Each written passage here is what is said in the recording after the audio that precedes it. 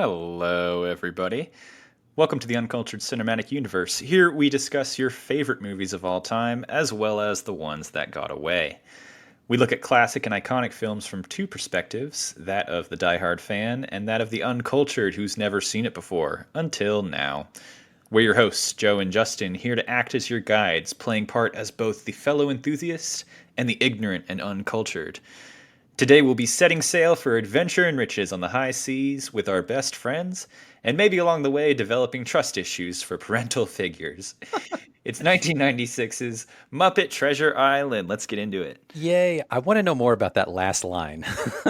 Trust issues with parental figures? Is it because Tim Curry turns out to be the bad guy? That's exactly why. How many? Okay, so Muppet Treasure Island. Muppet Treasure Obviously Island. based on Treasure Island, which is based on Robert Louis Stevenson's brain. How Correct. many iterations of Treasure Island have you viewed or consumed? Have you ever read the book or anything like that?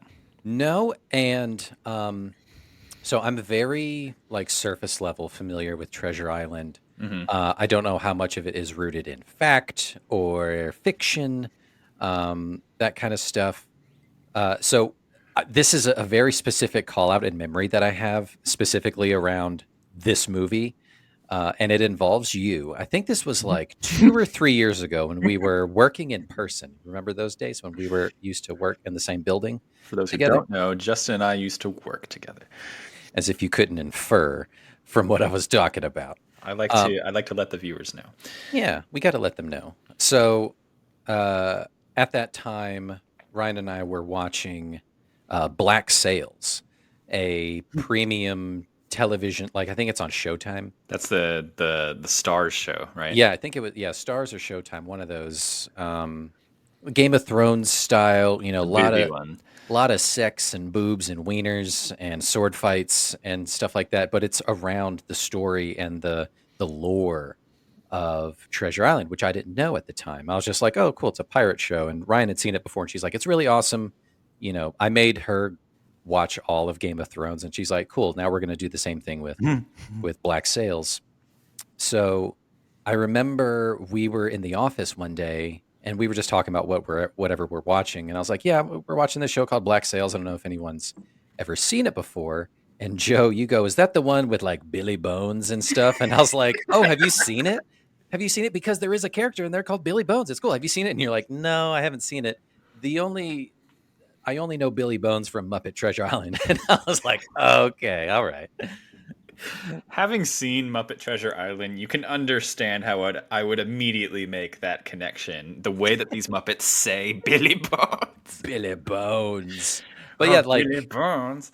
considering the compendium of everything surrounding Treasure Island, Hmm. I haven't touched on a whole lot of books or media or stuff like that. This one and Black Sails have been my only touch point. And actually, incidentally, you and I talked about this earlier today about different various Disney movies and DreamWorks movies. One of them being Treasure Planet, Hmm. which I had never seen before, and it just hit me today. I was like, "Oh, is that even based on Treasure Island?" And you said, "Oh boy, it is, but it's in space." So Treasure Planet, we're absolutely going to have to do as a little mini episode at some point as a Yeah, follow up to this because it is this same story. This is kind of the classic pirate story for me. yeah, Anytime there's a X marks the spot type map where treasure is buried on an island, you could even call it Treasure Island. It's always stemming from this story for me, in my opinion. yeah. So Robert Louis Stevenson writes this in the late 1800s. As far as I know, I don't know how much he's pulling from historical fact, for the names of these people versus they're just purely fictional. But there's been multiple iterations of this story through the years. It's been a movie a million times. Obviously, there's the Muppet version, and there's the Disney version, which they set in kind of a alternative, futuristic timeline, but it's in space, but they're still on a ship with sails. Like that's as much as I'll say. But like the Okay. way that they do it is very interesting. Yeah. They're dealing with a lot of the same type of stuff that you would deal with at sea, but it's literally just like space, and they just don't really comment on the fact that like there's no air. Yeah. So as long as you can like suspend your disbelief for that much, it gets really cool. Like I it don't is such a cool movie. I don't know if I can do that, you know. It Disney, was like, also they took one step unfortunately too a far. bomb. Yeah. So it kind of led to the death of 2D animation across the board. But I understand that it is kind of like a sleeper cult hit that, like, there yes, are, like, hardcore stands for that movie. So, yeah, I'm excited to kinda do that one. Um I love Treasure Planet, and like kind of circling back to where we started, like every iteration of the story has that Jim Hawkins character and the Long John Silver character, you know, of the eponymous fish restaurant. Um, Yeah. and I was waiting for that the whole time throughout the movie. I was like, "When does he go and start a restaurant and franchises?" I was waiting for it it. starts on that island at the end. Yeah. Um, but their relationship kind of forms the core of this because he's kind of this terrifying. Long John is kind of this terrifying character because he starts off as this seemingly good guy, but then you realize he's been leader of the crew since the beginning. He was kind of part of the old crew with the aforementioned like Captain Flint who buried Yeah. the treasure, and so he's secretly like the one that they fear the most on this boat. But he gets disarmed in a way, and like there's a cool level of character development in the way that his relationship with Jim progresses in each of these iterations of the story. Sometimes Mhm. stories kind of lean into it more or less. So like in the Treasure Planet movie, that part is definitely leaned into pretty heavily. How like you don't really know if he's using Jim just to get to the map or if he's actually developing like an actual connection with this little kid, and he's got like a little bit of a heart of gold. Um, Love that. Yeah, yeah, yeah. That's the only example that kind of jumps into my brain. It's a movie I haven't seen, but I know it's been done a lot. But it's mhm, that same kind of dynamic of like um, True Grit. I don't mhm, know if you saw mhm. that, but it's like that. It's kind of like Last of Us, that kind of thing of like a grizzled old person trying to get to a thing, but you got to use the young person, the young Old guy with a kid. whippersnapper. Yeah, it's a trope as tale as old as time, you It's a know. classic combination, and it can't fail. But yeah, so this was really exciting for me because I'm not too familiar, you know, like I said, with the whole story and the lore of Treasure Island. So I was genuinely surprised Okay. to find out that I was like, oh, cool, it's like Tim Curry. He's gonna like partner up with this kid, and I was like, oh wait, he's the bad guy. Oh no, Mhm. oh no. So like it was, I went This along is with the journey with the kid. This is obviously a heavily comedic movie. We're in a Muppet miniseries. We'll get into the Muppets of it all, but like, there's versions of this story that have like kind of like intense scenes when the turn happens, because there's basically like a mutiny at the center of this story, Right, and all of the build up to that is Jim developing a relationship with this guy who he then realizes is like the devil on the ocean, right. and then there's the fallout from that. Um, but let's back up a little bit. Yeah, yeah, yeah. We are in Muppet Mayhem, our May miniseries focusing on Muppets, Yep. and this is our second film, second and last film in that miniseries, where we are actually focusing on like capital M Muppets. Our Yeah. previous film was Labyrinth, which was kind of Jim Henson early to mid years. This is actually, this movie comes out a few years after Jim Henson dies, Yep. but I'll get to the stats. But it's directed by Brian Henson, who is his son. So kind of comes from a puppeteering family. I think Brian Henson also directed the Muppet Christmas Carol as well. Yep.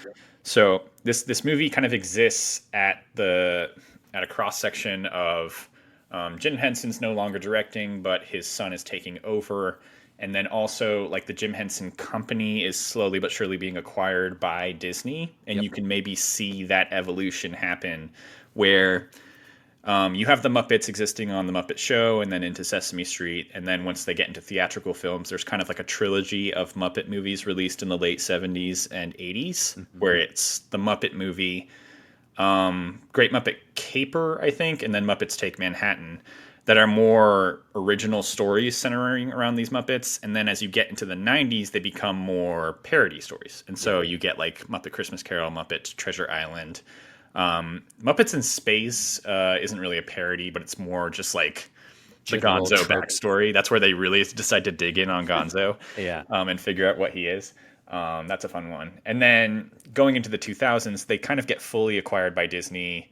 There's multiple like television shows, animated shows, and then there's obviously the reboot with the theatrical films a few years back at this point with Yeah. the Muppets, and then Jason Segel and Jason Amy Segel, Adams. Amy Adams, Yeah. all that, Yep. which was well received. So obviously, like rich history here, definitely ingrained in American culture. We're getting fully into the Muppets as a franchise, which is kind of inescapably tied hand in hand with Sesame Street as a Yep. franchise. So I wanted to get into that first, talking about like your history with Muppets, because I never really watched Sesame Street too much growing up, so I'm more familiar with like the Kermit side of things. Where did you land on that? I know I watched Muppets Right. growing up, like the Muppet Show, because I know that my dad grew up with it and loved it, but I don't have any memory of it. But I know that for sure that I obviously would have watched it It must have been around. Yeah. at my grandmother's house, at my great grandmother's house. We would have watched it. It was just there. Um, my dad and his mom, my grandmother, um, they grew up in, Pennsylvania, up in that area. So when we would go and visit, we would go to my great grandmother's house, and I remember sitting on the floor, kind of just watching whatever. So it surely had to have come up there. But yeah, so my grandmother was kind of is she's still here? Uh, kind of like theatrical kind of person. She's big and loud, and she's hilarious, and Hmm. um, I have great memories of her of like trying to get me out of my shell to kind of like lean into acting or silly things like that. Hell yeah. So it was definitely in the DNA, but I don't have any specific memory to it. I also know that I definitely watched Sesame Street growing up, but similar story. I don't have defined, hardened memories around it, but I know it was there because like that's children's programming, primo, late 80s, early 90s. Like that's what you're going to be shoving in front of your kid. Hmm. Um, but the earliest memory that I do have from Muppets, and I think we touched on this last episode, was Muppet Babies, Hmm. which was a television show. I This is a think, blind spot for me. yeah. So, like, it's had a couple iterations. It was like in the mid 80s or whatever, but it went into syndication on Nickelodeon, I think, or Nick Jr., or whatever it was at the time, in like 1991 or 92, which was like primo for me. I remember watching that. Is the And concept like pre Rugrats, just like babies having adventures, but they're kind of in the house the whole time? 100%. Yeah. Like Okay. there's like a mom character or like a lady, like a nanny character or whatever. And I'm sure you've seen it. Like it's just her legs. You never see any, it's a disembodied set The of the legs. relationship between humans and animals in the Muppets world, you can't dig into very You far. can't. Yeah. You're like Rolf the dog is humongous. Either that or he's very small dog. Or yeah, yeah. Or Kermit is a gigantic frog. You know, the proportions aren't there.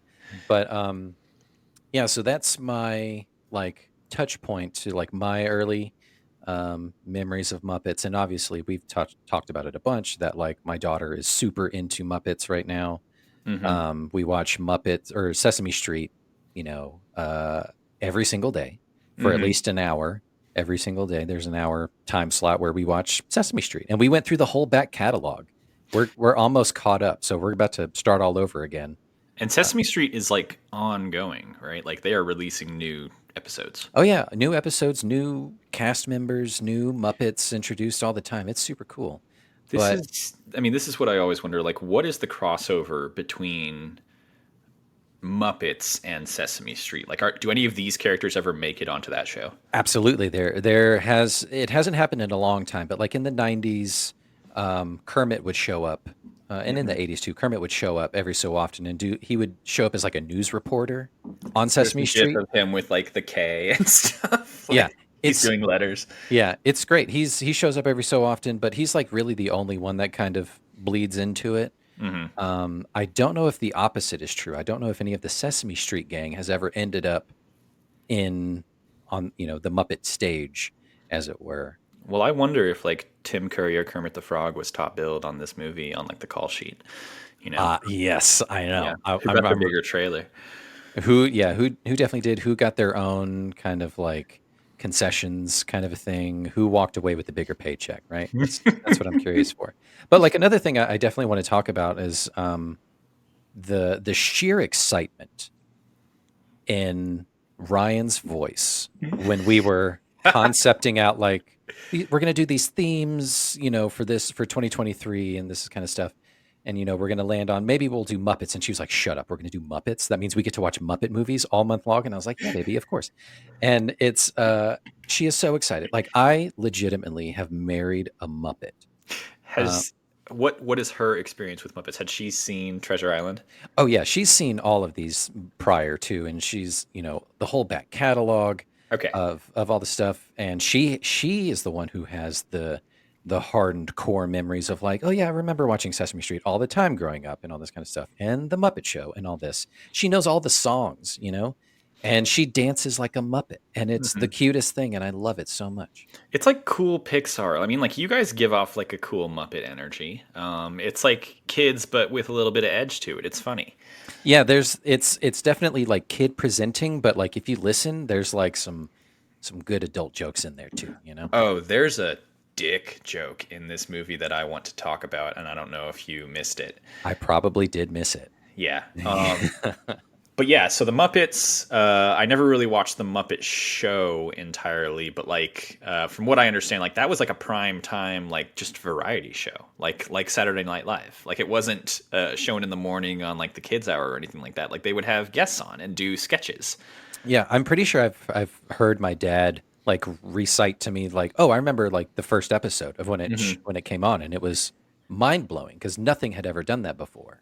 Yeah, I was And I was looking online on it, and like the way they describe it, in addition to sketches, is like burlesque style comedy, which makes so much sense. Like how there's such a mixture of just like singing and dancing, but also just like the way that they move is so expressive, and their bodies as puppets are so much a part of it.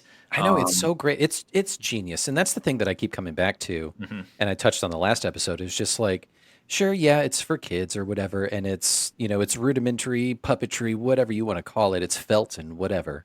But it's still really impressive the way that they're able to emote Yeah, and, get all these kinds of complex emotions and stuff across from just like this simple lifeless thing. And it's really, really impressive. it is impressive. I mean, if you think about it, like aside from like the cartoon Muppet Babies and maybe some of like the Disney Channel cartoons these days, like Muppets have retained puppetry and physical media in a way that like other franchises maybe haven't. Like these days, if a kid's franchise is getting remade, it may be more animated, it may be like 3D, it looks like Frozen or something like that. Yeah. Whereas the Muppets have been able to show success with puppetry, which seems old fashioned in a way that like keeps that going into the 2020s. Like it Yeah. puppetry is alive and well because of the Muppets, even though you can literally see the strings in this movie, which I love. I know, it's great, right? See, Joe, like this is what we missed out on by not going to the Center for Puppetry Arts in You're gonna Midtown hold Atlanta. this over my goddamn head again. I know, because there's like the history of or puppeting is, it's as old as civilization, really. It's making shadow puppets on cave walls It's using it's Play-Doh. fire. Like, yeah, right. It's Play-Doh. And that's why I think it has it's lasted the test of time because it's something that kids and anybody can emulate themselves in their room Mhm. after they watch. You can't emulate a cartoon or a transformer or hop into a Barbie's Corvette in your room. Like you can pretend in a cardboard box, but like you can make your own sock puppet, Mhm. right? And have a conversation with it. I mean, like I think that's the magic of it. And I think the way that these Muppet movies and like Jim Henson movies in general have always taken advantage of that is that these movies are never 100% puppetry. It's always humans mixed in with puppets. And so having that physical presence of a puppet and not like a CGI puppet that you're kind of playing off against you're acting against a tennis ball, Yeah. makes it so much more real. Like Tim Curry is able to give this kind of zany performance where he's 100% locked in because he actually is surrounded by these things and he's able to look them in the eye, right? And He that's something that they definitely keep going forward. he definitely puts his whole Tim Cussy in it. I love his performance in this. To bring it back around, Mm, like that's always something that I've that stands out to me. Like now, modern times, watching even older Muppet pieces, television movies or yeah. whatever. The true really great actors and the good memorable pieces are the actors who give their whole selves into, like, all right, that is an actual real talking frog that I'm talking to. I'm not paying attention to the person underneath and I can see the top of his head or I can see his mouth moving. I'm playing off this actual puppet like it's a real Mhm. fucking thing. It's become kind of a status symbol with actors. It's like before SNL was even a thing, like you want to be on the Muppet Show. If you're a real actor worth your spit or whatever, like you're acting across from a puppet. Yeah. Take That on the kind of challenge. any like iconic shot from Muppets or Sesame Street includes like just a famous actor sitting down with Elmo or something like that. Yeah. Like you can definitely tell that there's actually way more duds than standouts of people who can't give it across convincingly. Hmm. Um, like current day Sesame Street, there's always a celebrity guest or something on there. Yeah. And there's some people who kind of phone it in, um, B-level celebrities or athletes or whatever who Get aren't, him out of here. they're not like super great, but like they still try. But the people who really stand out, like Jack Black or You want to see like Helen Mirren on there with the Muppets, you know? I want to see what she can do. Yeah. You want Put to see Ian McKellen. Could you imagine I don't know why I'm picking older British actors for all these Sir examples. Ian McKellen? Because American actors ain't worth shit. That's why. Oh, Joe, this was fun. This was a good just rounding out piece. Ryan always teases me of just like, you've never seen Muppet Treasure Island? Like, who the hell are you? This is the one that kind of sticks out. I mean, there's 6, 7, 8 Muppet major like theatrical releases, depending on like how you're counting them. But this movie in particular, the reason I picked it, Muppet Treasure Island, exists in a window along with Muppets in Space, where it's in the late 90s, early 2000s, and this is what I consider like a library VHS. We were huge like library children growing up, and so that's where you go to the library once a week and you can rent up to 5 movies. And so it was a matter of like everyone go pick out a movie, and this was just on the shelf all the time. It was that. It was like Magic School Bus. It was the double VHS of Titanic. That's so iconic. What? It's Magic School Bus, Muppet Treasure Island, Titanic, Like where there's you'd actual only boobs. understand if you were a library kid. I'm sorry. But So was this this always your pick? All 9 of you would go scampering throughout the library, and little Joe would come back with this movie every this single time. this was the Muppet movie that was available, and the thing was we didn't have like cable, so we didn't have like channels. We had a TV, but it was just like VHSs and DVDs, right? And so we have this like massive collection of DVDs and movies at our house right now that are not being used at all, of course. But we would also go to the library to kind of refresh things, and this was one of the ones that was always there, so we would get it all the time.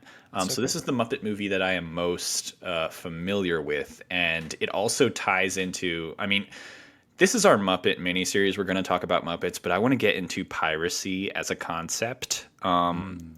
and dig in because I love pirate movies. I sent you a whole text thread about this. We were texting about this. Like, pirate movies are just like the ultimate adventure films. I have a deep, deep love for the first 3 Pirates of the Caribbeans. Oh yeah. Those hold a very special place in my heart.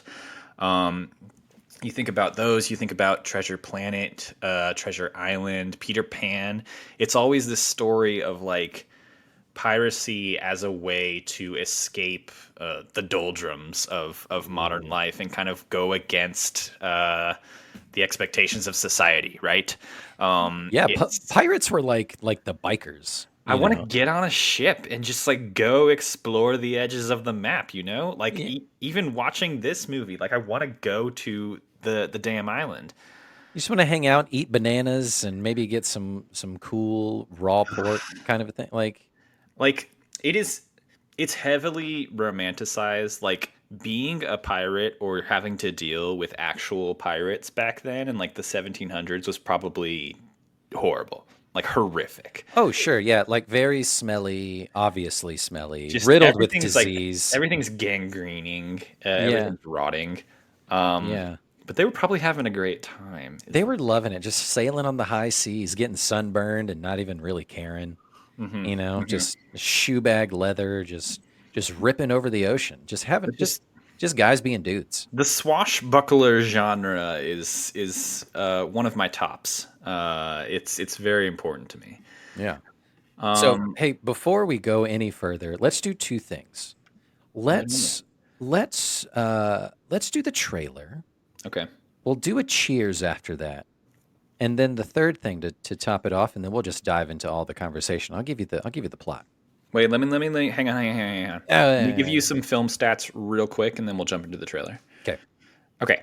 Muppet Treasure Island, released in 1996, February, directed by Brian Henson. We were talking about Son of Jim, based on the classic Robert Louis Stevenson book, stars Tim Curry, Billy Connolly giving a insane performance. Jennifer Saunders, who I only noticed this go round was Jennifer Saunders. Kevin Bishop playing Jim. We'll get into it. Hmm. And a variety of voice actors and puppeteers, including Frank Oz, our good Absolutely. There's the friend. connection. Yeah, Happy birthday, Frank. that's right. Scored by Hans fucking Zimmer. I saw Um, that and I was like, holy shit. yeah, yeah, I didn't realize that. Helped by Harry Gregson Williams, who did like the Chronicles of Narnia and The Martian. Oh, Really good music in this film. yeah. Made 34 million. That's only the domestic number, though. I don't know how much it made internationally against a budget of 31 million. So it was a nice little It made nest a egg little bit. there. Yeah. And it was positively reviewed and released in theaters. This movie released in theaters. You gotta love the 90s. Bring it back. Right. Just put everything in theaters again, Yeah. folks. It's fine. Lay the trailer on us. Let's Let's. see I'm gonna. this. I'm gonna slap this on you. Here we go.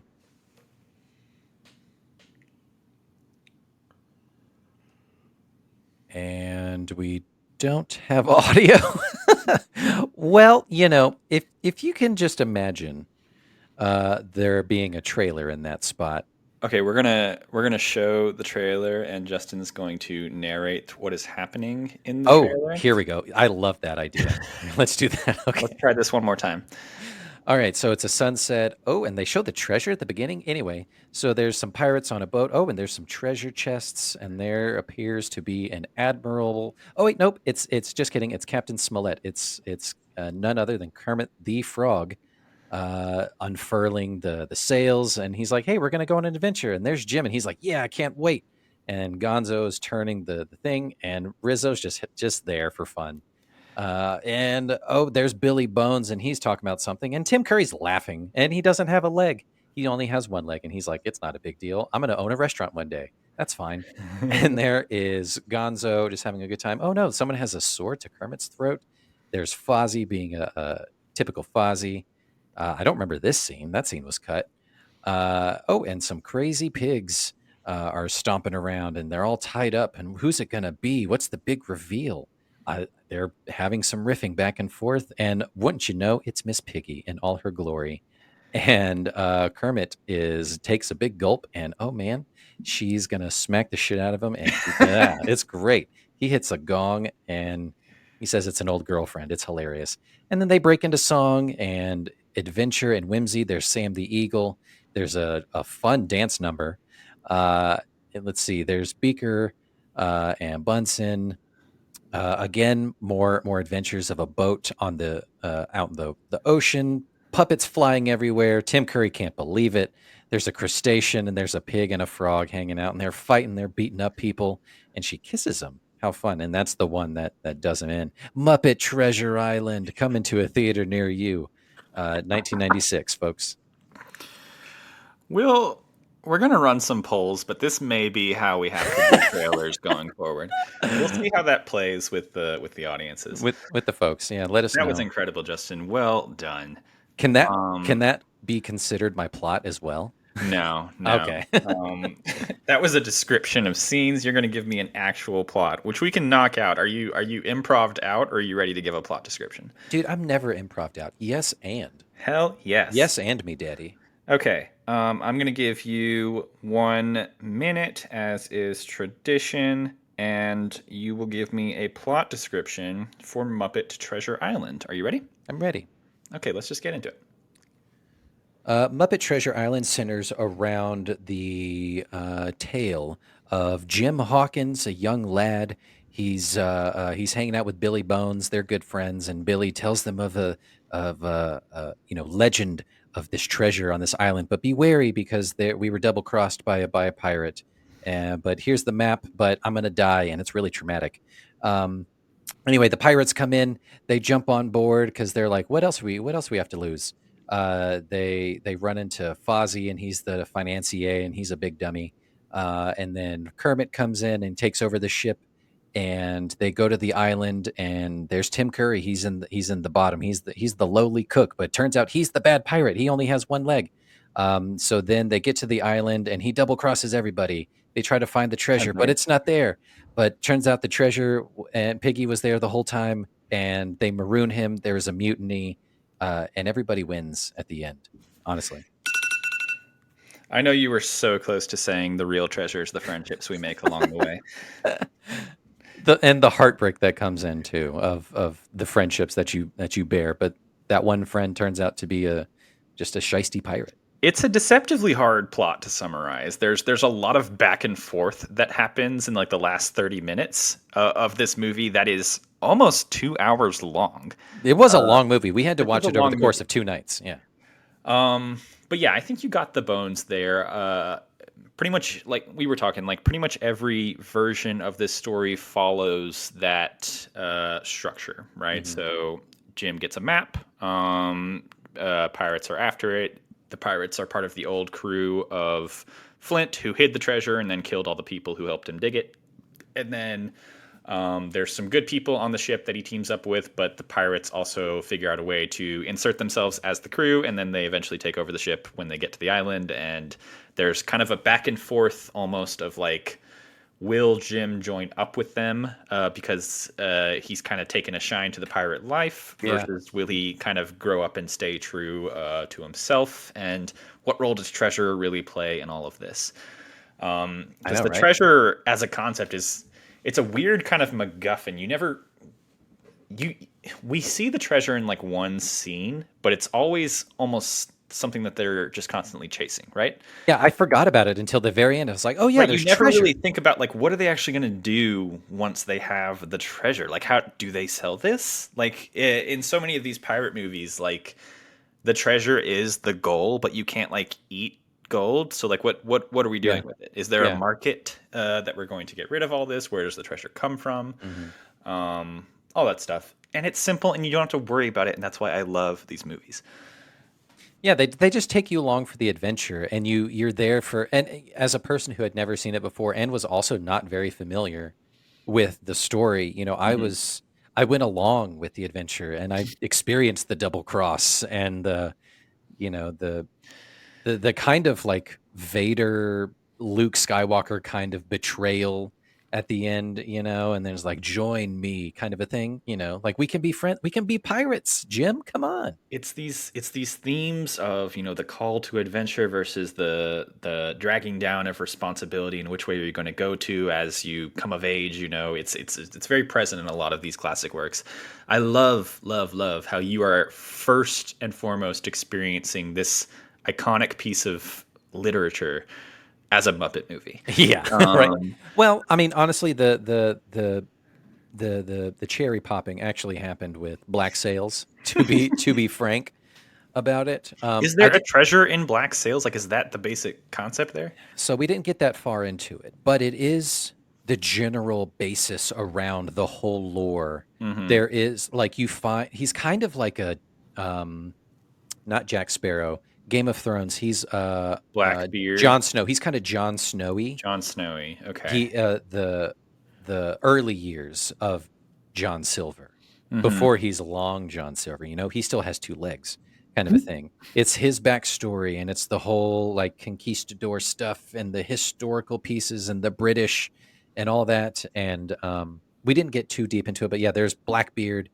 and all the other big name pirates. There's a bunch of, and I learned this from Ryan too. So it is Treasure Island, but then there's also like sprinkled in like real life pirates. Mm-hmm. I think Calico Jack is one of them, who was a real pirate, plays a role in the story, and there's a couple other people that like play a role in it, and it's really cool. But we didn't get Yeah. too far in it, but that was kind of my first introduction. I was like, oh, okay, Treasure Island, I've heard of it, but I don't really know the story.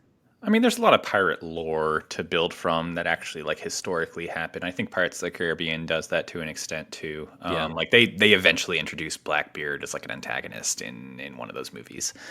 Is Um, that the one where it turns out it's the guy from the Rolling Stones? no, that's his dad in Pirates of the Caribbean, so that's like a sparrow. But Blackbeard comes in with the Penelope Cruz movie, where like he's her dad. It's They not a lost great me. one. They lost me, and I have seen the first two or three, Yeah. but they're all one big movie to me. The first three, like, definitely have their faults. I get people's complaints with them because they're like so up and down and heightened and stuff. But like, they at the very least are a solid trilogy. Like, there is a start and a middle and an end. And then they just kind of tacked on one-off movies, which I don't think are as good. They kind of did the Fast and the Furious treatment, which I haven't dug into either. So What are you talking about? Fast and Furious is a very precariously knitted together tetralogy of movies. What do we call it? What do we call a 12 series movie? a dodecaology. Dodecology. Yeah, It's been planned since the beginning, so read up yeah, on it. I will. I have a ton of notes that I want to get into. Let's do the cocktail real quick before we're both done drinking these. What do you got going over there? Okay, so yeah, I have a green beverage here that you'll see Mhm. that it is kind of reminiscent of a certain talking frog. Oh, it's very Right? pretty.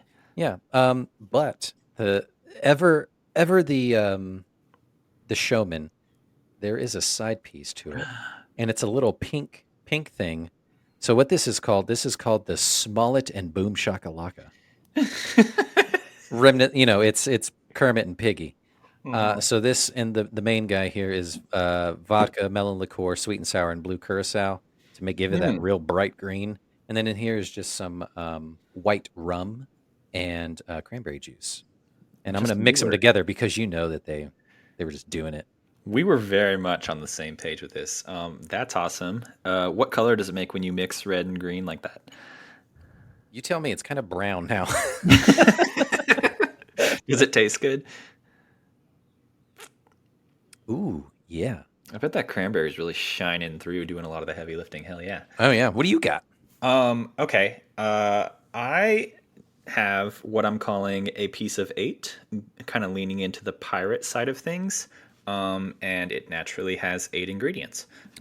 So it is 1 part white rum, samesies, 1 part ginger ale, and then a dash of maraschino liqueur, dash of blue curacao, dash of triple sec, dash of lime juice, dash of lemon juice, and then I'm including ice as the ingredient because I didn't want to put any more else into this.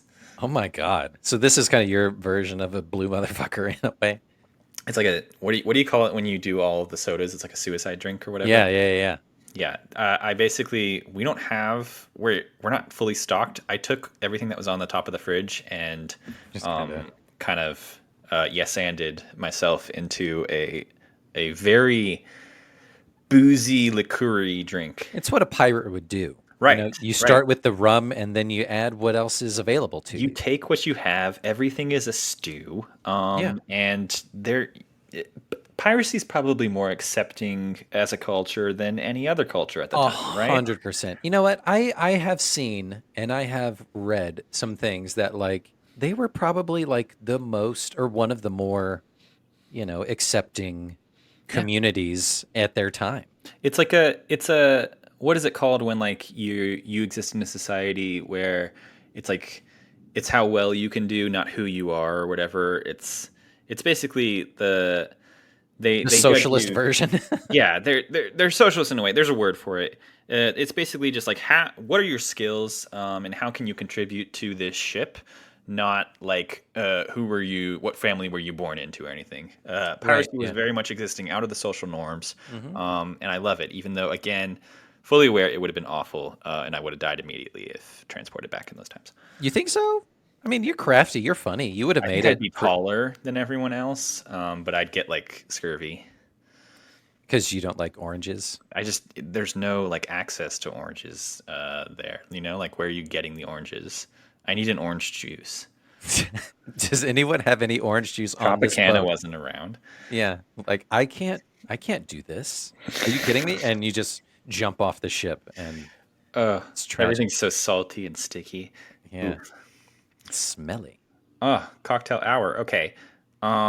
Let's talk through kind of the finer points of this plot. I want to talk about so when you talk about like the framing of a Muppet movie, we've talked about how it's a very clear mixture of these classic Muppet characters playing different versions of themselves, and then like newer human characters who are also playing in this same world as them. And it's not really commented on that like some of us are puppets, some of us are human. Like it's kind of just like this is an accepted reality. Hmm. So there's four main human performances in this Yeah, movie. There is the two adults at the beginning, played by Billy Connolly as Billy Bones, and then Jennifer Saunders as Mrs. Bluffery, Mrs. Lovett, something. I, yeah, I something like can't that. remember how they pronounce it. She's the inn lady, Hmm. who's funny, and there's like a recurring bit where she always hears what they're saying even when they're outside. Yeah, Um, how does she do that? Yeah, Billy Connolly doing a lot of really drunk, sweaty acting in this film. Kind of scary as a child. That's sure. a man who's like yelling at you a lot. Hmm. Um, Dies early on. Has basically a heart attack after getting He gets the kicked black out of spot. Yeah, piracy. yeah. I was gobsmacked by that. I was like, oh, they're just killing this guy off immediately Yeah. in this children's movie. So Billy Bones iconically always dies at the beginning of the story. I told you over text how Blind Pew, the guy who comes and gives him the black spot, always scared me as a kid. Just the way he moves and Yeah. talks, which I find kind of hilarious these days, even though Jonathan, my partner, pointed out that he's doing a horrible Pep, French impression. yeah, kind of like a Never Pepe Le realized he Pew. was French the entire time, Yeah. um, but also very funny. Um, it's reminiscent to. Did you watch Aladdin growing up? Yeah. So when Jafar dresses up as the old man in the prison, Yeah. terrifying. Used to terrify me as a child. I kind of put these two together in my mind as like this is a slightly old person who's very much moving in a way that I find scary. Yeah, like it definitely, yeah, this was a thing in the 90s of kind of just like ickyifying and vilifying old people. Hmm. Like, ew, gross. And yeah, he moves in a weird way. And even just the puppet like makeup and stuff of it, it's really weird. It Well, is that's off-putting for sure.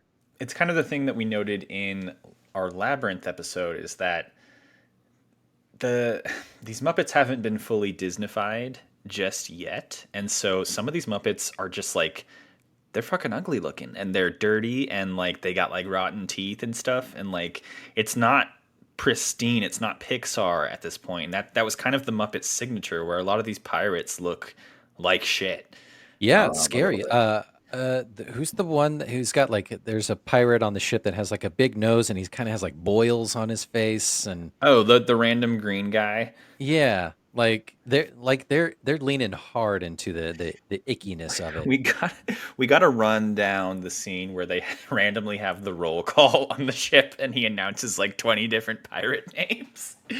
That's one of my favorite spots It's good. where they go from like, what is his name? Like old Henry, older Henry, dead Henry, or whatever. And it's just older and Dead older Tom. versions. Dead Tom. They killed Dead Tom. Clueless Morgan, the goat. Yeah. So good. um, That's good. yeah. So we have this inn as the first set piece, where we're also introduced to our Jim Hawkins, who is always the protagonist of Treasure Island. Um, One thing I remember about this movie is the kid actor at the center of it not necessarily being great.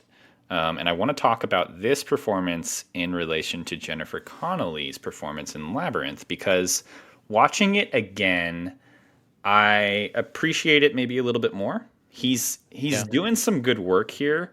They maybe just give him like the most unfortunate singing moments.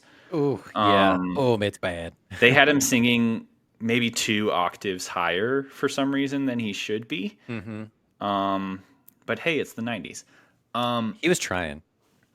but like you compare a performance like this to a performance 10 years previous in Labyrinth, where they're both kind of these um, never really seen before child actors thrust into this world of Muppets and daunting older humans. And you can kind of see the evolution there, where something like Labyrinth is a little darker, whereas with Muppet's Treasure Island, with like the Kermit group of Muppets, there's a lot more joking happening, and you're never really like worried for the safety of this child. No, definitely not. Comparatively to Labyrinth, you're like, oh, she might actually get chopped up Yeah, to bits. yeah. Yeah. And then rounding off the cast, you've got Jim Hawkins. You have Tim Curry as Long John Silver. So I'd say he's kind of the name that goes with this movie. Like Oh, yeah. if any name is going on top of the poster here, they could do like a Space Jam where they have like Tim Curry and then Kermit the Frog build at the top, the Yeah. same way they have Michael Jordan and Bugs Bunny. Mm-hmm. So what I think everyone has kind of a Tim Curry entry point in culture. What would you Mm-hmm. say is yours? What's your history with Curry? So first of all, I love that this is the social litmus test to know who to be friends with and who to keep at arm's length. You know, so I do love that this has become a thing. I wholeheartedly, when I pictured my earliest memory of Tim Curry, I have two. Uh-huh. Um, the main one that I saw over and over and over a bunch of times was from Home Alone 2, where he's the hotel manager or concierge, whatever it is in that role. I watched the movie a ton, and he's hilarious in that role He's so good in that. as kind of like a barrier, sort of like not quite the main antagonist, but a barrier for Kevin throughout that whole Him movie. trying not to cry after Catherine O'Hara slaps him in the face is so good. It's comedy gold. Yeah, oh man, the facial expressions that man can command is great. Hmm. A second to like, but barely, and I'm pretty sure I saw this way before Home Alone 2, but I didn't know that this was Tim Curry at the time. But have you ever seen the movie Legend with Tom Cruise from 1986? I think No. Wow, no. we're gonna add that to the list because that movie fucking rules. But he is plays a character called Darkness. But Oh he wow. but he's dressed as like the devil, right? You've seen the pictures, I'm sure, of like he has like these giant horns and he's red, but he's ripped and he has like cloven hooves. Like it's amazing. The prosthetics and stuff. I gotta look this up. He looks incredible. But that is my one of my that is probably my check mark earliest memory of like that's the first thing I saw Tim Curry in. Hmm. Um, but I didn't even know that that was him. But like that's a very fuzzy memory. The other one that I have, so it's actually three, is Fern Gully. Oh my god, I was gonna say Fern Gully. Yeah, Yeah, Fern Gully as what is he? The Hexus. Hexus, yes. And again, like I didn't know that that's who it was, but it was just like this really like borderline sexy, charming Yeah, who bad would have guy thought you can voice. be attracted to a pile of mud and slime? Yeah, and you're like, what is happening to me? Yeah. Do I Um, like this? I think I do. What's happening? Um, but yeah, so those are my Tim Curry touch points. It's really not a fair answer, but those are what I got. No, I think that puts you in a great spot on like the Curry Spectrum. spectrum. Yeah. It gives you a great score. I have a really random Curry introduction that was kind of like my one Tim Curry role that I knew about for a long time. So like Okay. getting into adulthood, I knew about like Rocky Horror Picture Show. I knew about um, what else is he in? Clue. Clue. Clue. I didn't Yeah. watch that for a while. The one movie I did watch all the time because we owned it was the '90s Three Musketeers. Have you ever seen that? Is that the one with With Leo? Charlie Sheen and Chris O'Donnell and Sutherland, Kiefer Sutherland. Oh, I didn't see that. I did not see that one. The one I'm thinking of is Man with the Iron Mask. Oh Different. no no no no. That's Related, but that's different. kind of like the quasi follow up. No, But so no, I it's didn't like see that. early '90s Three Musketeers. Tim Curry plays Cardinal Richelieu, who's the villain in that movie, and it's like on the level of like whatever Alan Rickman is doing in Robin Hood, Prince of Thieves. Ooh, uh-huh. Something similar is happening where it's like this guy's a fucking vibe, and all the comedic moments in this otherwise kind of dramatic action movie are Yeah. his. Yeah. um he's so funny, he's kind of terrifying in certain moments, but he's got these one liners, he's got this weird kind of Jeff Goldblum-esque sexual energy to him, but also like you can't really pin down if he's like attracted to everyone or no one.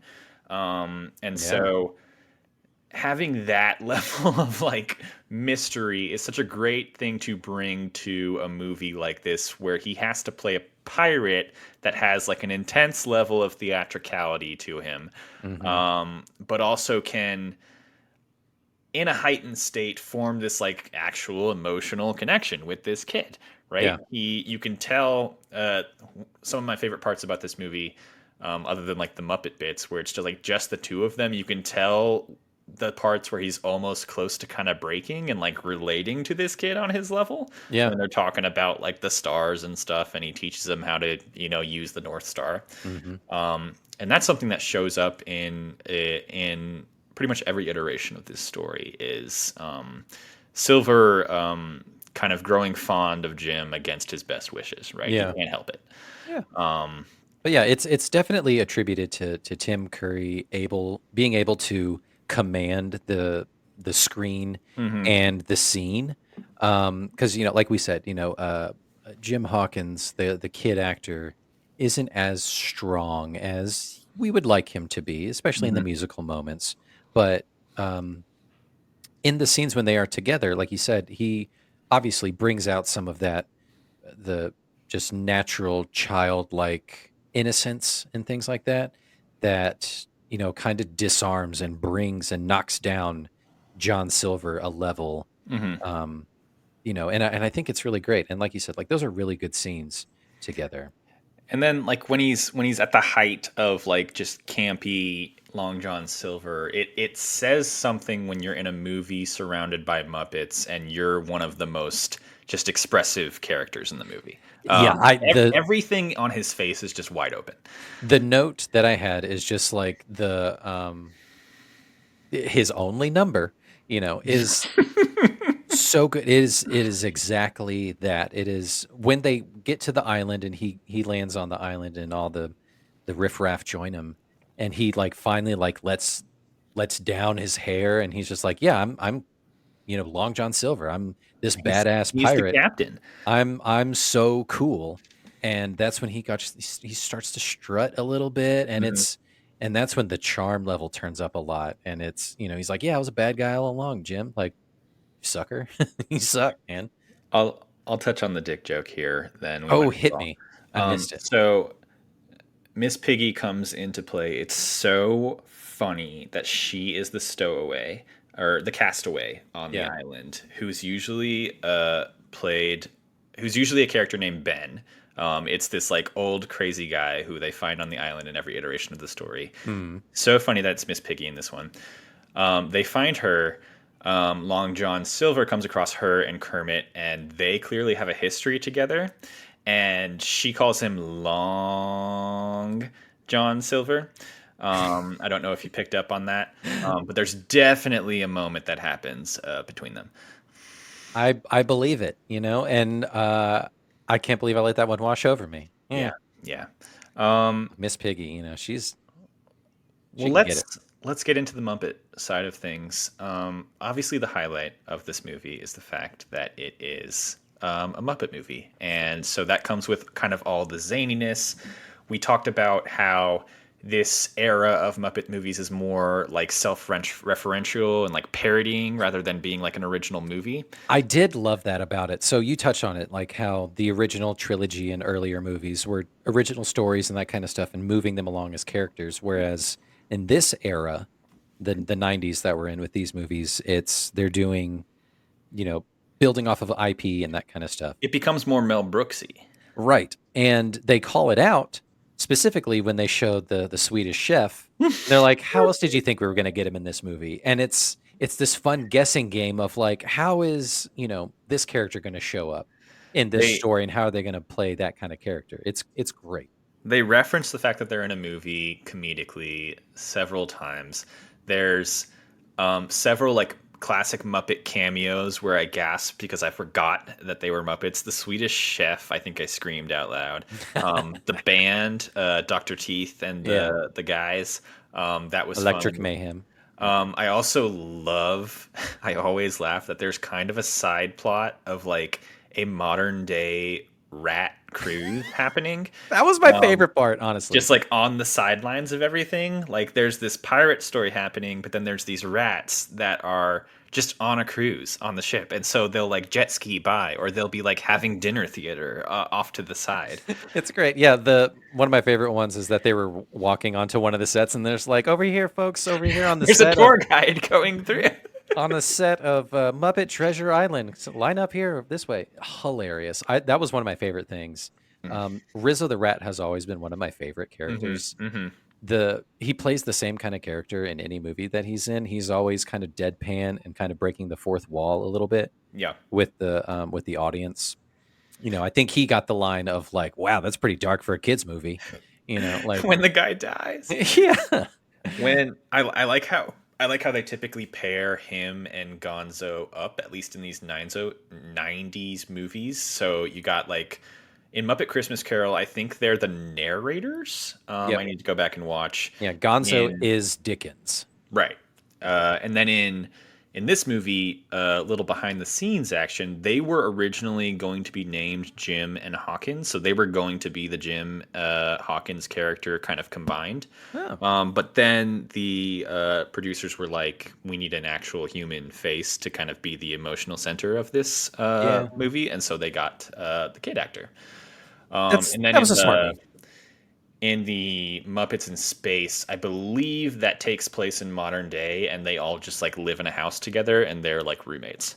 And So they were they're good roommates. foils with each other. They're best friends. It's good to kind of have them as the comedic center of this movie.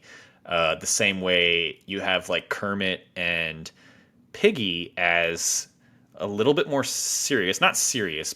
Kermit's a little bit more stoic, but then they obviously have like the romantic center of this movie, Yep. which always takes you off guard. This frog and this pig, completely different sizes. You never see them together, and yet they have this undeniable attraction to each other, and these like love ballads that they always burst out in every movie. It's insane. Yeah, it's so funny. Like I genuinely I keep coming back to like the genuine excitement that I had going through the story because I was just like, oh yeah, shit, I forgot about Hmm. when is Miss Piggy going to show up? Hmm. and like, oh, there's the Swedish chef. That's really cool. And yeah, I was along for the journey and had a real good time I forgot about Fozzie Bear as a character until he showed up. He's in so funny. The fact that they just make his character have a man who lives in his finger that he's listening to. it. I mean, in like the Treasure Planet version of this story I told you, like David Hyde Pierce plays his version of the character. There's always kind of like a wealthy benefactor who sponsors the ship, but is Mhm. always a little bit clueless. Um, God, I would say he's got the best voice acting in the movie. I love the way that they do his voice. Um, but then, what was my other note? Um, oh, I think I realized Bunsen and Beaker are my favorite Muppets just in general. Oh yeah. I love their dynamic. I almost wish they had a little bit more screen time, even though they're technically like part of the crew the whole time. Usually they get a little bit more back and forth, but they're kind of tied up for most of this movie. It's true. Yeah. Bunsen and Beaker.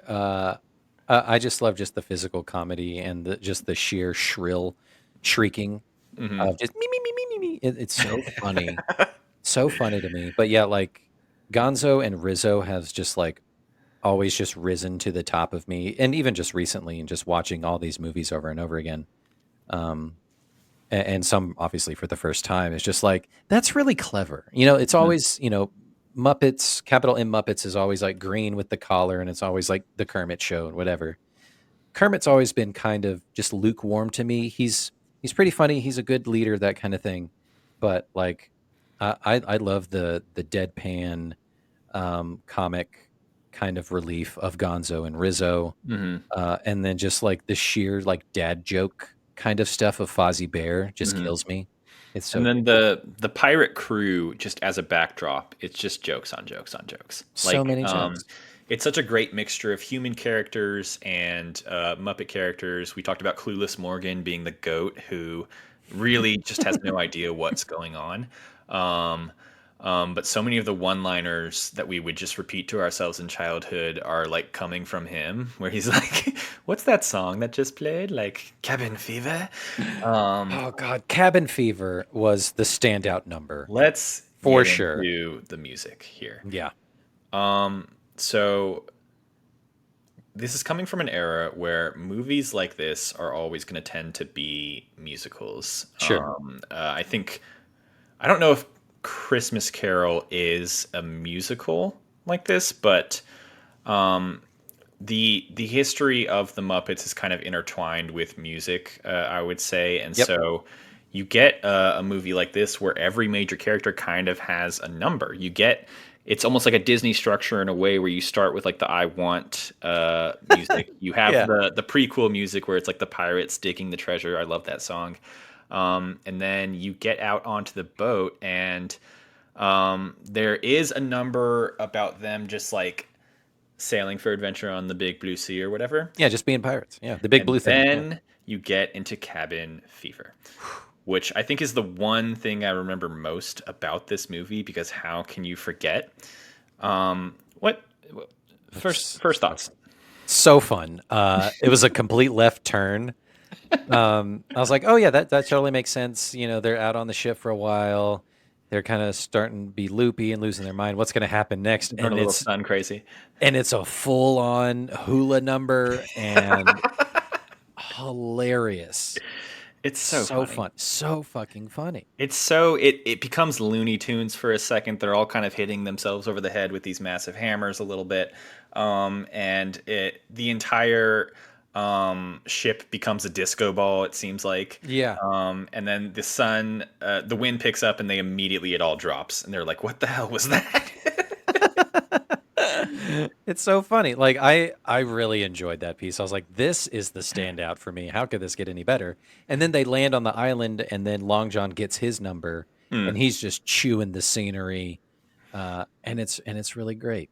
It's so good. It's just like the idea as of piracy as a way to like hang on to your youth and you don't have to follow the rules. You don't have to grow up. You don't have to like be a part of society. Come steal from folks and have fun forever. Yeah, it's It's very the Peter Pan. it's very Peter Pan, it's very Robin Hood of just like, yeah, fuck the establishment, fuck the man. let's just go on an adventure, man. Like the ocean is huge. Let's go see what we can find. Let's go, yeah, just have a good. Let's go have a good time. You It's know? a romp. I love this movie. I love how we talked about like even with the evolution of puppetry from a movie like Labyrinth in the mid 80s to a movie like this in the mid 90s, like they still retain certain physical elements. Like you can see the sticks holding up their arms and stuff. Like they don't really try to hide that because that's kind of part of the experience of watching a Muppet movie is Definitely. having this evidence of the puppeteer in place, right? Yeah. Let me give you some behind the scenes info here. Gimme. So, coming off the success of A Muppet Christmas Carol, they wanted to adapt another classic story instead of creating an original Muppet story like the first three. So that kind of is where that came from. Like they hit it with Muppet Christmas Carol, and they're like, let's see We're if onto something here. we can do some classic literature again. It's really interesting that they kind of stuck in the same era in a Hmm. sense. Like I'm not really sure when in history these um, pirate stories take place in the Hmm. 1700s, probably. Yeah, Right. yeah. Christmas Carol is probably like 1800s. This one's probably 1700s. Yeah, Yeah. So like old stories, right, right? right, right, And right. I think it's interesting that they chose those for kids stories to make like a kids movie because they are inherently very dark. Yeah, I mean, you read these stories and there's very heightened themes of like good versus bad, as opposed to like you're not going to get like a murky gray area. They're not going to do like Muppet World War II or something like that, you know? Like, it's a lot easier to do Christmas Carol or Treasure Island or like King Arthur was one of the things I know they were considering for a Ooh, second before yeah, this Sword too. in the Stone, that kind of thing. Yeah, and I guess being before this is before they were acquired by Disney, that whole kind of thing. The uh shit, what is it called? It's not the intellectual property, but it's the what is it? Copyright, The copyright stuff of like where like Winnie the Pooh just came into public domain, right? public domain. Like where you can go into like just remake a story just because. And I guess Disney had such a stranglehold on a bunch of Yeah. those kinds of stories. They're just like, I don't know what's left. Dickens and It's like they can't really do fairy tales, and so they have to do like classic literature like this. yeah, I mean, I guess like yeah, like the Brothers Grimm, all those kinds of story, those fairy tales and stuff had already been spoken for, or Hmm. else they probably would have done that, which would have been really cool. I would have loved like a fucking follow up to this, doing like an anthology movie Hmm. around all of those like grim fairy tales, but Muppets. That'd be great. Yeah, yeah. Looking at like so Muppets is pretty much completely owned by Disney at this point, and they release stuff on Disney Plus sometimes. And Hmm. looking at what they've come out with, there's like an animated show around Muppet Babies, I believe, as like a follow up. They're releasing like a Muppet Haunted Mansion, so it's a lot of like existing IP that they are Right. Muppifying, basically. But there was also like a show that they came out with about 5 years ago that was like an actual prime time show that was a mockumentary, and it Yeah. was like The Office. It and that show is great. They Yeah, only they only had like one or two seasons, and it was genius. And yeah, they, yeah, yeah. I've never watched an episode, but I've watched like compilations that are funny. if you loved 30 Rock, Hmm.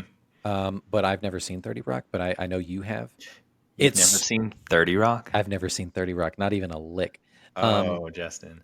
that's what this show is. It is like The Office. It is like that. It is, a workplace comedy kind of thing, Hmm. but Muppified. But it also feels like the original Muppet Show, where they're like putting on a show, and It's a Kermit show is. about a show. Yeah. Yeah, it's so great. It's really genius the way they did it, and it was so good. Yeah. I like these newer Muppet iterations. I like the newer movies that they've had, but there's something about these like 80s and 90s movies, almost in the way that like the sets are built and everything's kind of like crooked, and you can see it's very tactile. It's not clean or sharp lines or anything like that. Yeah.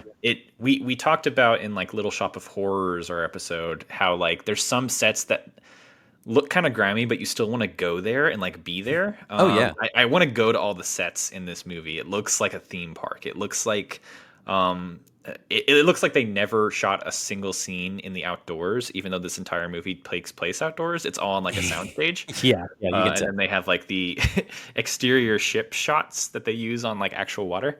Um, but I love how everything is kind of canted a little bit. Everything's a little bit zany. Everything's a Yeah. little bit off kilter. Yeah, because Um, it's supposed to feel like, I guess, you're in a boat, but even still, like when they go to the office of like Fozzie's office or whatever, mhm, it's still like the walls feel like they're this way, and it's really wacky. But mhm. yeah, I would 100% love to go to a theme park based on Muppet Treasure Island.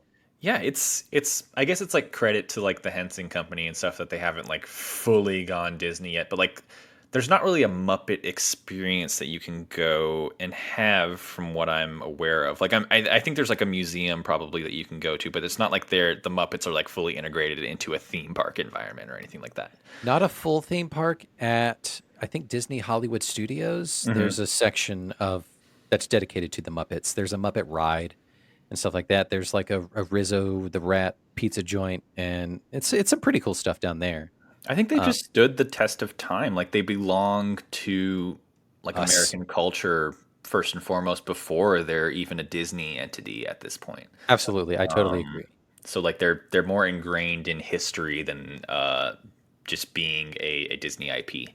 Yeah. Um, Before we close out and round out, I definitely want to touch on just the piracy of it mhm, all, the mhm. the the pirate culture and how it impacts children like us growing up, us millennials growing up, because there were definite pirate children, right? Uh-huh. There were kids who played pirate all the time, and there were kids who had a bunch of pirate toys all the time. Were Mhm. you one of those kids? Um, Somewhat. So I told you the story about how there was a Halloween where my family just went full pirate. I've talked with you about how I secretly have like 80 brothers and sisters. I have six brothers and sisters.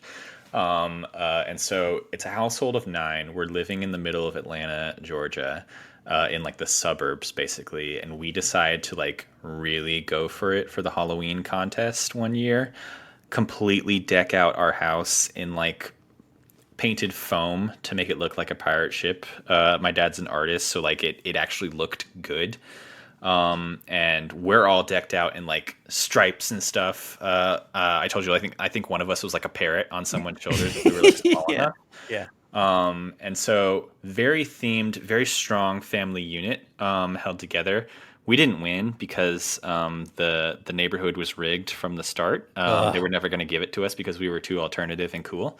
But I think we won the popular vote that year. Um, and so, Okay. Yeah. yeah, piracy as a concept, pretty big growing up. I think it's like you're saying, like you're a kid and you get to pick like one of five industries that you can just focus your entire identity around. Yeah. It's like I'm a pirate or I'm an astronaut. Um, Or cowboy or dinosaur or yeah, yeah, that kind of yeah. thing. We tended to pick the more like tactile stuff rather than um, like I'm gonna have a sword before I have a gun, if that makes sense. Oh yeah. I'm gonna have a Yeah. lightsaber. I'm gonna Hmm. have a cutlass or whatever. So yeah, the idea of like piracy being a way to experience adulthood as a kid without fully becoming an adult is probably a way that a lot of kids relate to it, I would say. Yeah, absolutely. Yeah, I wasn't a pirate kid, but I remember pirate kids being around me. I remember going specifically to like a pirate themed birthday party, Uh huh. and this kid had like he had a tree house already, but they outfitted it to be a pirate ship. See, And I that's remember cool. thinking, that's really cool, but I don't think I would want that like all the time. I was more like Ninja Turtles and stuff like that. Like You that's kind just of who I you were was. a little sewer kid. I was a sewer rat. Yeah. Yeah. But I remember friends, and it was always those were the more fun toys to play with, like the swords and the fake cannonballs and stuff Hmm. like that, and like swinging on the ropes, the rope bridges and stuff like that was way more fun than like playing with like fake toy guns, that kind of stuff. I think pirate ships are just like so easily translatable to playgrounds in a way. Like a playground can become a pirate ship more easily than anything else, right? Absolutely. It's very much like you're defending things, you're sailing to places. It's the most applicable genre to Yeah, childhood, I you're would just say. having an adventure, Yeah. and we talking about like Peter Pan and stuff, and watching movies like Hook a bunch growing up. You Hook. know that was another like early tactile memory for me of like, oh, piracy is actually kind of cool, I right? want to go rob some people. I want to steal. Yeah. I want to commit crime, but like get away with it. I want to commit fraud and tax evasion. How do I do that, Mom? Um, all right, we are coming to the point in the episode where I offer you a challenge in the form of a game. Should we get into it and then have some final thoughts? Yeah, let's get into it, and then we'll do our Jerry's final thoughts kind of a thing. Jerry's final thoughts. Yeah, Jerry Um, Springer. so we we're on kind of a trend right now of slightly easier games. I feel like our games got more and more intense up until about April. Yeah. And then starting with our previous Labyrinth episode, we're kind of taking an easier approach here. Hmm. So the game I've come up with is not necessarily point related. You can't really win or lose. It's more just Perfect. like an experience, right? I'm going to walk you through it. Yeah, I'm Um, definitely a participation trophy kind of kid. So yeah, let's do it. it's called Muppet Takeover. Why don't you play me whatever fantastic monstrosity you've come up with this week?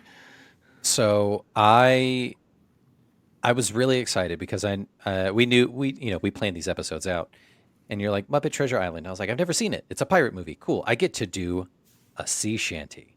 How fun!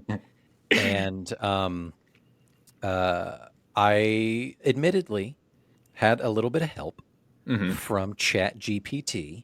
Oh my God. Helped me with to kickstart the lyrics. I wrote. 2023, y'all. This is how we do it now on the UCU.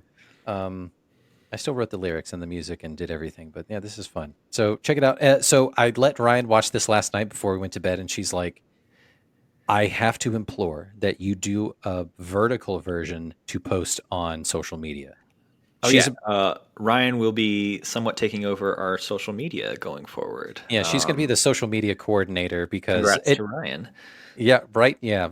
Congrats, my dear. You get the promotion and everything that was promised. Because admittedly, Joe and I have kind of slacked off. But she's going to crack the whip. It's going to be great. The pirate whip. Here we go. Muppet Takeover. Here we go.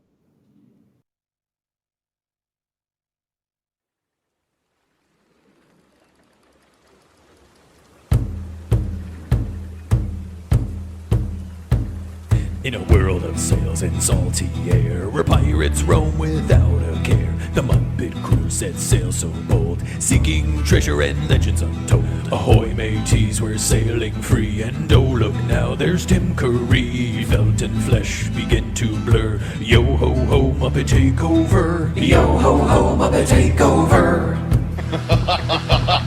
So avast, let lovers set sail today and join the Muppets on grand display. Pirate puns and laughs abound. Heave-ho, scallywags, the treasure is found! Shove off, mateys, we sail with glee. Can't believe the bad guy is Tim Curry. Flesh and felt and blood and fur. Yo ho ho, Muppet takeover. Yo ho ho, Muppet takeover.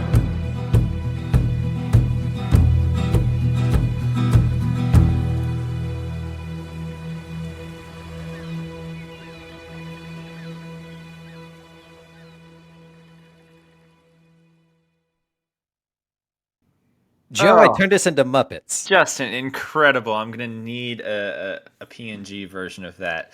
Justin created Muppet versions of us. That's perfect. I don't know really who is who, and then we can kind of mess around with who's who. But yeah, I made us into Vaguely Muppets. bearded, yeah. I made us both into Muppets. That was Ryan's idea. She's like, you have to do that, and I was like, all right, done. That's fantastic. Muppifying. We're going to post that. So let me talk to you about Muppet Takeover. Yes. This unfortunately has nothing to do with Muppet Treasure Island. So your entire theme song is ironically waste. unrelated. Yeah. So it was it was kind of like a Twitter thing that went around a few years back, talking about like picking movies or franchises, replacing every character except for one with a Muppet. Yep. And that's what I'm going to do as part of this game. So I'm going to give you 10 movies or movie franchises, and you're going to tell me which character you would leave as the only remaining non-Muppet character in it. Okay? I love it. Everyone else is replaced with a Muppet. I love it. Ryan knew this was going to happen. This is amazing. Oh, yeah. And then as just like an added little fun bonus, I will tell you the character that I picked, and we'll see how often we match up. This is great. This is just a fun conversation. So fun. It's bonding time. We'll celebrate how we're alike and our differences. Okay. So 10 movies in a row. You tell me which character gets to stay unmuppified. Okay. Starting with the obvious. The Lord of the Rings. Lord of the Rings. Everyone is a Muppet except Sean Bean. Oh, that's so fun. Because he's gone out of the first movie, and He then it's just all dies Muppet. surrounded by Muppets crying. Yeah. I picked Gandalf because I want to see him hurting a bunch of Muppets, and I want to see him like towering over them. Yeah, and then the scene where they wake up in Rivendell would be hilarious. Just little tiny hobbits. Yeah. Okay, let's keep it going. Pirates of the Caribbean. Pirates of the Caribbean. Just based off of what you know. Everyone is a Muppet except for Keira Knightley. Okay, nice. So Keira she's Knightley. like full on kissing a Muppet and secretly doing it on a beach, even though they don't show it. With a different Muppet. Yeah, it's great. Hilarious. And so I guess another piece to this too. So like, who would be Captain Jack Sparrow? It'd be Muppet Captain Jack Sparrow. Oh, I know, so but you're thinking like who of the Muppets? who of the Muppets? Oh, yeah. I mean, it would have to be like Kermit, right? Or is Kermit more of the what's the name of the drummer? Is it Monster? animal? Animal. Oh yeah, that's better. Monster. God. I picked Mr. Gibbs, who is the Jack Sparrow's first mate. The older guy. Yeah. Okay, number 3, Harry Potter. Harry Potter. If I had to pick a movie, I guess we'll just go with the first one.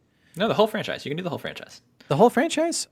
Everyone except for Robbie Coltrane as Hagrid. Because he's kind of Muppety anyway. So everyone else is Muppets except for Hagrid. So like at the last movie, he has to carry a lifeless Kermit. A tiny little Muppet. You think Kermit's Harry? Yeah. I did a little twist here. I picked Harry Potter as the human character. You have Daniel Radcliffe the whole time. Okay. I think it's just Daniel Radcliffe surrounded by Muppets in this magical world. That'd be hilarious. And then Kermit can be Gandalf. I mean, Dumbledore. God. Okay. Number 4. Fast. Well, first of all, hold on. So then you have to watch Kermit like fall in slow motion. Yeah, to he'd his die. death. Fozzie is Voldemort. That's great. No, Fozzie's Snape killing him. Come on, Fozzie. Yeah, waka waka. That's part of the curse. Yeah. Waka waka. I hate. Okay, number 4, Fast and all right, Furious. Fast and Furious. I've only seen the first one once a long time ago. I don't know. Based off of what you know, Fast and Furious. Whoever Dom Toretto is. So not The Rock. What's his name? You think Vin Diesel should be the human? Vin Diesel is the human. Yeah. I was close. I picked Michelle Rodriguez as the human. Who's kind of his love interest in that. Okay. I didn't know if she was his sister. No, his sister is Jordana Brewster. Oh, yeah. Okay. Everyone's kissing everyone in those movies, and everyone has a sister. It's about family, though. Yeah. Okay. When Harry Met Sally. Whew, this is fun because this is a UCU deep cut. Everyone's a Muppet except for what's his name? Joe Kirby or Bruno Kirby. Bruno Kirby. Yeah. I went pretty similar. I picked Carrie Fisher. Yeah, that's Um, perfect. That would be you great. want the main couple to be Muppets in that case. You want them to be Kermit and Piggy, obviously. Oh God, yeah. Okay. You're gonna recognize the theme here. Pulp Fiction. Okay, so the ones we do. Okay, Sam Jackson is the only human. Sam Yeah. Jackson. It is Yeah, the only right answer. There's no way I'm taking away Sam Jackson from that movie. No, he would. Him delivering that monologue in the diner at the end to a Muppet while another Muppet holds up all the other diner patrons. It's so funny. So good. I love it. Doing a little switcheroo. The Princess Bride. Okay, so I know that this has also been hotly contested in the Twitterverse. The one that makes me laugh the most, I think, is Andre the Giant. I think similar to Hagrid, right? Just having him with Just a bunch of Muppets around him. Tower over all the Muppets. Because I think the Dread Pirate is too easy. You want the princess. main romantic couple to be of a similar species. Yeah, like because you can easily see Kermit with the pirate, Yeah. sling, and like that's too good. And Piggy's the bride. Yeah. Yeah. I went similar again. We got a friendship thing going. I went with Mandy Patinkin. Yeah. Just him battling Kermit in a sword fight would be just fun to watch. It would be. It would be. Although I would now give that role to probably Pepe the Prawn. Oh yes, the large prawn. Yeah. So funny. Yeah. Um, You give my father, okay? It'd be great. all right, number 8, The Social Network. Everyone except Justin Timberlake's character as Sean Parker, because he gets to do a line of cocaine off of some Muppet's tummy at the end of the movie. Good. That's the right answer. I said everyone except just one of the Winklevoss twins.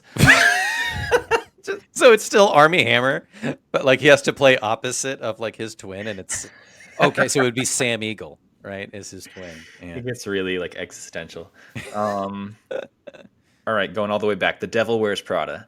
Ooh, man. See, because you really want Meryl Streep surrounded, but I think I have to go with. I got to go with Stanley Tucci. I went with Tucci too. Yeah, you got to go with Tucci. You got to go with Tucci. Okay, last one, number 10. The Dark Knight. The Dark Knight. Just for his reprisal, and he's familiar. Obviously, it's Michael Caine as Alfred. Oh my God, yeah, that makes so much sense because he's the main guy in Christmas Carol. I did something similar. I went with Gary Oldman as the Commissioner Gordon. Yeah. But I think both are situations where it's these old guys dealing with Muppet shit all around them. Yeah, just can't even believe it. Yeah. Yeah, like, yeah, I would have to be Fozzie, I guess, would be the Joker. Because he's the funny guy. You know? think Kermit's still Batman? Either that or Kermit is Commissioner Gordon and Gonzo's Batman. I could see Gonzo Batman. Yeah. Yeah, I would believe it. It's amazing. I could also see Piggy Joker. Like that's a world that I could see happening. Yeah, I don't want to see her blown up. Yeah. Yeah. Yeah. Oh wow. Now I'm thinking like Fozzie Two-Face. There's so many ways that you can go about this. Yeah, so don't forget, folks, to like, what is it? Like, subscribe, and Like, rate, review, subscribe. rate, like review, subscribe, do all that, comment, and then who would you put in those movies? You know? Yeah. Who would you change up and leave? Tell us how you would play Muppet Takeover, UCU edition. Absolutely. Justin, Muppet Treasure Island. Any last thoughts? It was such a treasure to be able to watch this movie, and I admittedly came to the Muppet party later in life, much to the chagrin of my wife. But we have since righted the ship, and we are raising our own new little Muppet fanatic in the house, the right way, as God intended. Yeah. Yeah, and that's all there is to it. I had such a blast with this movie, like I said multiple times, because I wasn't familiar with the story, so I was just as surprised as everyone else was in 1996 when this movie came out. It's such a great time. I'm glad we got to have a little bit of a pirate corner, and I hope we keep the vibes going at some point with Treasure Planet, because that is something I really want you to watch. Yeah, we'll definitely try and weasel in like a mini-sode in the coming months to kind of tack on a lot of these pieces that we've talked about over several episodes. We have a lot of one-off ideas, yeah. We do have some one-offs that we need to just connect the dots. So, real quick before we leave, so this is the end of the month. We're leaving Muppet Mayhem and we're getting into June. And June, you know what that means, kids? It's time for Pride Month. Target, Yeah, cowards. not Target. Not Target. We can only watch movies that feature Target. There are so few. Um, it's Pride Month, so we're gonna get a little gay with it. We're gonna get some gay cinema up in Get a here. little queer. Get a little queer with it. So I'll keep mine a secret. Why don't you preview yours? So we originally were gonna do Interview with the Vampire, starring Brad Pitt and Tom Cruise, because I was trying to come at it from like a bisexual point of view of like what's like a bisexual tenet movie, and that's one of them. Yeah. Turns out it another one that is just cemented is in the culture is obviously The Mummy, right? That is known as like huge bisexual staple. Absolutely. So I was trying to comb through the backlog of all the movies that you haven't seen that I have. I was like, Interview with the Vampire. That's great. That totally plays. But luck be a lady and thrust herself into our lap. The Plaza Theater in Atlanta gave us a shining star moment where they're showing a movie that Joe hasn't seen that is also queer cinema. It's great. It is Darren Aronofsky's Black Swan, starring Natalie Portman. We're going to get horror this Pride Month. We're going to talk about scary mind shit. Scary. It's going to be so good. And it's such a fun movie. And I'm glad we're going to go see it in person. Again, just for the vibes. And it's one of those movies that I saw it in theaters, and we'll talk about it. But like, it's just so unsettling to see it. It's going to be a real culmination, again, of like a lot of our miniseries so far, because huge Oscar movie. We can talk about, the Portman of it all, the cuteness of it all. The cutest. And then obviously we'll talk about that 70s show in and of itself there too. So yeah, that's what's coming up. Stay tuned. And then we'll be posting all these kinds of fun things now that we have a brand new, capable, way more invested social media manager. She makes $120,000 a year at this job. She is breaking us, y'all. Yeah. But it's worth it. It's worth it. We need someone to manage this budget. Yeah, next up we're going to hire a treasurer. Somebody. All right, good times. Well, we will see you next time for Black Swan. Take it easy, y'all. And may the Muppets be with you. Muppets out.